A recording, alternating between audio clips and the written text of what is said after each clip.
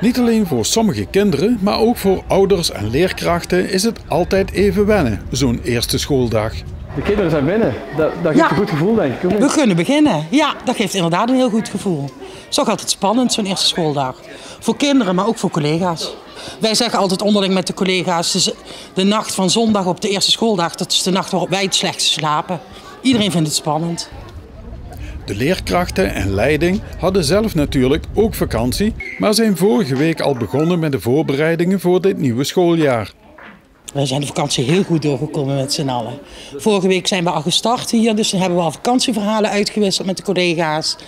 En iedereen heeft een goede vakantie gehad, dus we kunnen echt van start nu. Natuurlijk is er vanwege het coronavirus veel veranderd in vergelijking met de eerste schooldag vorig jaar.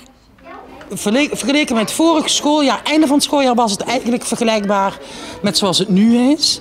Alleen zitten kinderen nu in nieuwe groepen, wat toch weer ingrijpend is voor kinderen.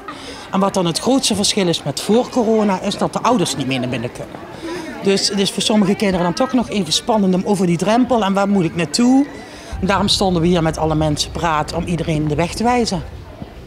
Het is vanwege corona voor de leerkrachten bij de start van dit schooljaar ook spannend. Maar volgens de schoolleiding zijn de maatregelen afdoende om ziek worden te voorkomen.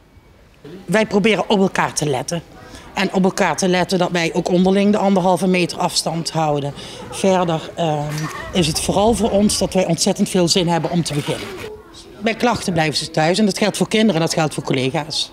Inmiddels is het 8:30 geweest en het lijkt erop dat er begonnen kan worden.